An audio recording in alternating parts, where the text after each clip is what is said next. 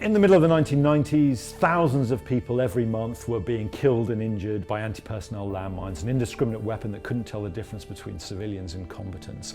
And in response to this global humanitarian catastrophe, states came together and in a Nobel Prize winning campaign that resulted in the 1997 treaty, the Ottawa Convention, the anti-personnel mine ban treaty that banned the use of these weapons. And since then, huge strides have been made. More than 80% of the world's countries have joined the treaty.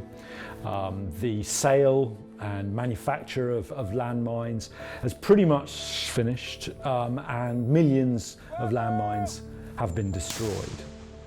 There have been some really significant milestones. In 2015, we cleared the last mine in Mozambique. Now, Mozambique used to be one of the most heavily mine-impacted countries in the world, and it's now free of mines. So that just shows you what can be achieved with political will and with funding and with the right technical expertise. Now, we can provide the technical expertise. What we need is a will amongst the international community.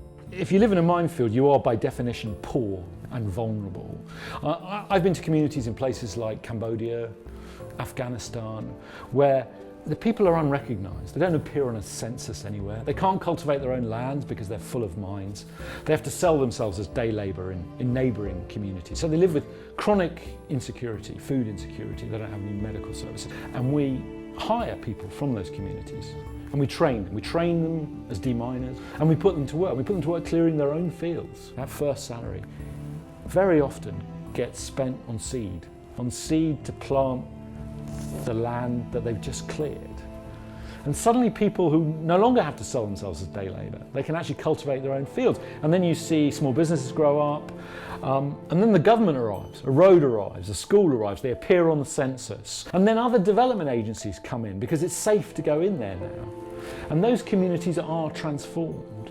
And it's about giving them that first kind of push that lifts them up into the hands of other agencies, other actors, the government, and other aid agencies that can help them, that can provide them with the assistance they need, to flourish. And when they flourish, they're not running away, they're not leaving, they're not trying to seek a better life in a different country, because most people just want to stay at home.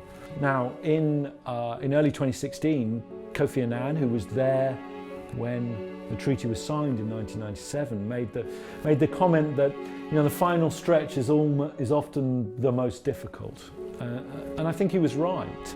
States came together in 2014 and made a commitment in the Maputo Declaration. This was in Mozambique, a country that is now free of mines, and they committed to clear the last minefields in the world by 2025.